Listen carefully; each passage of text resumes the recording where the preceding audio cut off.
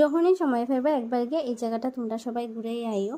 Hello everyone, আমরা গেছিলাম গিয়ে কৈলাসর লক্ষ্মীনারায়ণ বাড়িতে। আমরা যখনই সময় পাই তখনই জায়গাটাতে যাই। এই জায়গাটাতে গেলে একটা আলাদাই শান্তি ফিল হয়। তোমরা যারা যারা গেছো নিশ্চয়ই জানো, আর যারা যারা এখনো পর্যন্ত গেছো না একবার গিয়ে ঘুরিয়ে আইও। মানে এটা কইতাম গেলেই বুঝবাই জায়গাটার মর্মকেতা।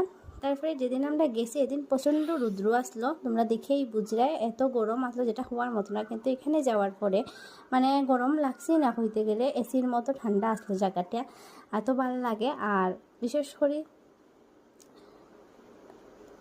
এই জায়গাটা, এই যে গাছের নিচটা আমার মানে এত ভালো লাগে, যতবারই যাই আমি এখানে যাই এই গাছের নিচে, আমার খুব বেশি ভালো লাগে।